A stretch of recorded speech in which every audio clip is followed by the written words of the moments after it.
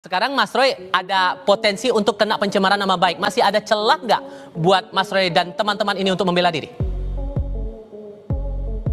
Ya, tentunya ada, Mas Rival. Apa tuh? Karena kan hasil analisa dari teman-teman ini dan pendapatnya ini kan didasari oleh sesuatu yang ilmiah, ya. Setidaknya itu yang diyakini oleh teman-teman ini. Dan kemudian sebenarnya ekspresi untuk mendapatkan informasi publik yang valid dan otentik ini dilindungi oleh undang-undang, ya.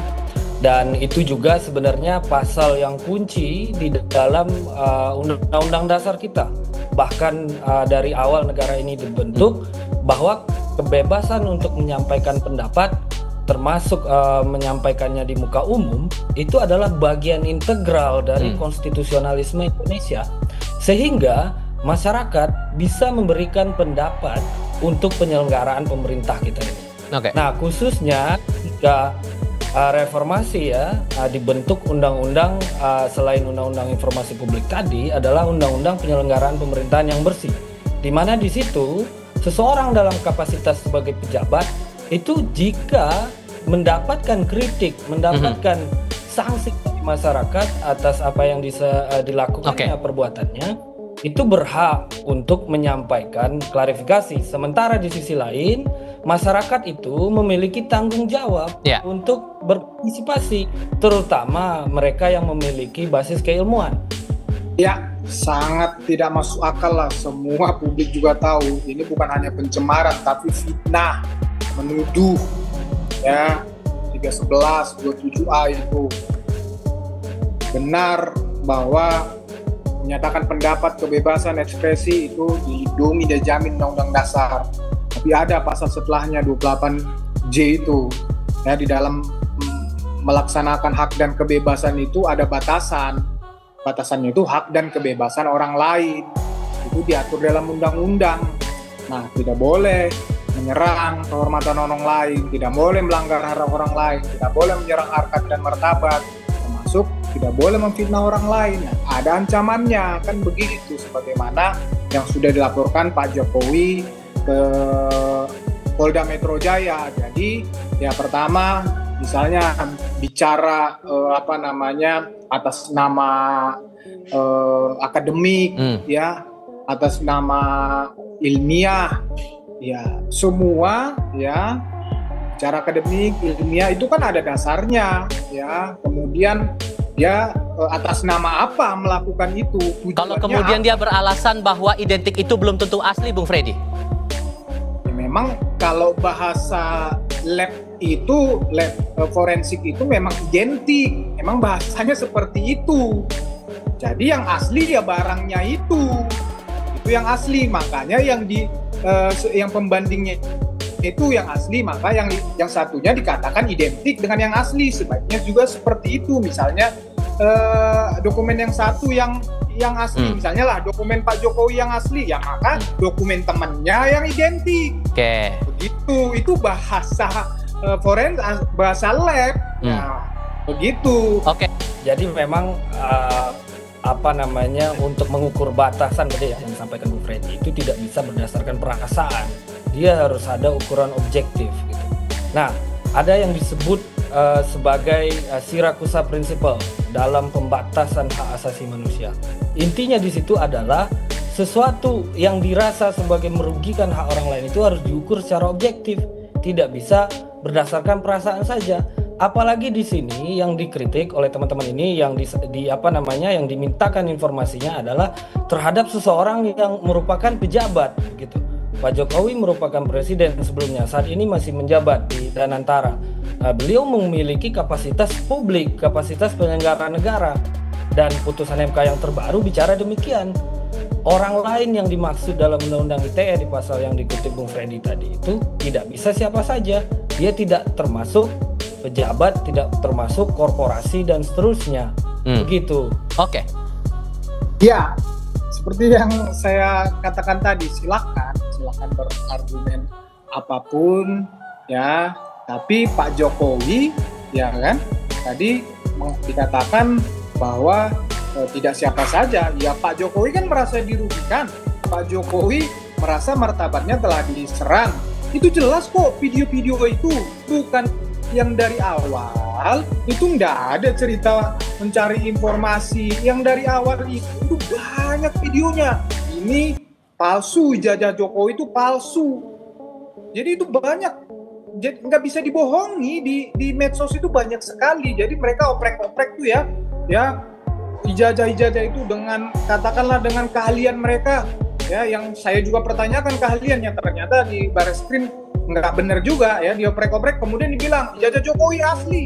Nah itu bukan penelitian, bukan ilmiah. Kemudian dasar emang ijazah Jokowi buat penelitian siapa juga, dasar dia apa meneliti ijazah Jokowi. Jadi kan kepentingannya jelas, mensrea semakin mereka mempertanyakan ini, semakin terus membangun narasi seperti ini, mensreanya, niatnya semakin jelas. Karena ini sebetulnya standar aja, pembuktian dokumen asli ataupun ijazah itu sebetulnya di kepolisian itu sederhana banget. Misalnya ijazah, ya itu sebetulnya tinggal pernyataan dari kampus yang mengeluarkan ijazah itu sebetulnya selesai. Nah kemudian setelah kampus mengeluarkan itu ternyata terus dibangun narasi menuduh ijazah palsu, ya berarti niatnya apa? Mensreanya ini udah jelas. Jadi justru kami mendesak ini Polda agar segera naik sidik, segera tersangka, segera ditahan ini, Roy.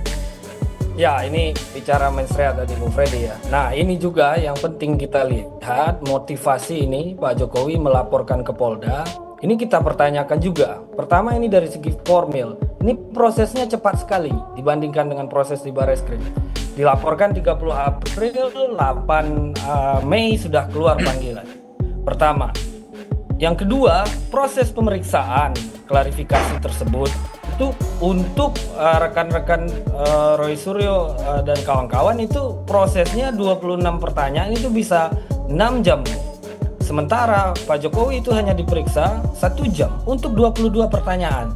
Nah itu. Yang kedua, selanjutnya pasalnya itu kan di sini terlihat apa yang dikeluhkan itu adalah soal merasa dihina, soal merasa difitnah.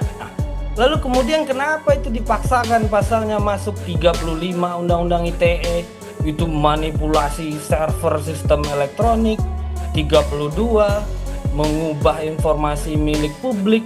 Nah, ini pasalnya itu mengancam orang penjara 12 tahun, 9 tahun.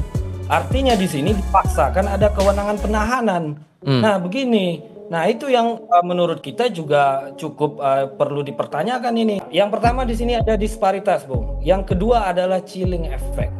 Perlakuan yang tidak sama. Yang kedua ini berusaha menimbulkan efek gentar ke publik. Untuk orang yang menyampaikan ekspresi, menyampaikan pendapat ini tidak bisa lagi ke depannya. Dan pasal yang digunakan ini adalah penyalahgunaan Undang-Undang ITE. Undang-Undang ITE ini kan sebenarnya melindungi informasi elektronik publik dari penipuan, dari manipulasi, dari kerusakan data server yang kemudian menyangkut hajat hidup orang banyak. Itulah pasal-pasal 35, 32 itu. Supaya konsumen, supaya masyarakat terlindungi. Ini perasaan pribadi orang dikenakan pasal ini. Ya, kalau tadi mempertanyakan masalah proses penyelidikan dan lain-lain, ya silahkan aja, itu ada mekanismenya lah ya, mau buka peradilan atau nanti misalnya udah naik sidik, silahkan aja lah. Negara ini terbuka dan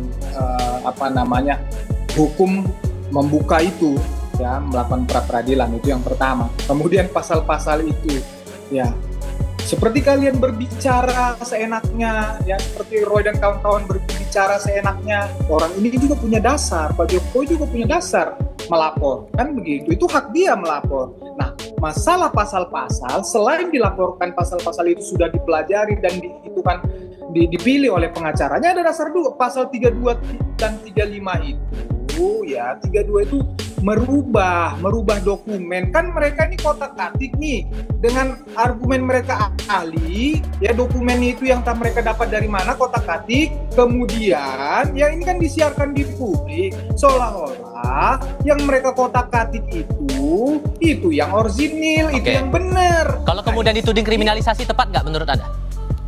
Ya jauh lah, masa kriminalisasi orang jelas-jelas memfitnah barang kan tadi udah diuji Bareskrim, barang yang asli dibilang palsu atau dokumen yang asli bilang palsu.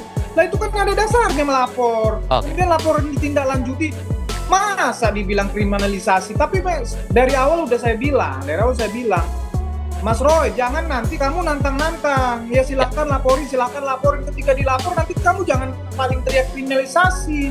Tapi memang ini publik juga sudah paham ya gaya-gaya seperti ini. Saya juga percaya nanti di Komnas HAM mereka ketika laporannya nggak direspon, mereka kan teriak-teriak Komnas HAM tidak benar. Itu biasa standar aja, upaya-upaya seperti itu biasa aja. Namanya melakukan pembelaan ya biasa aja.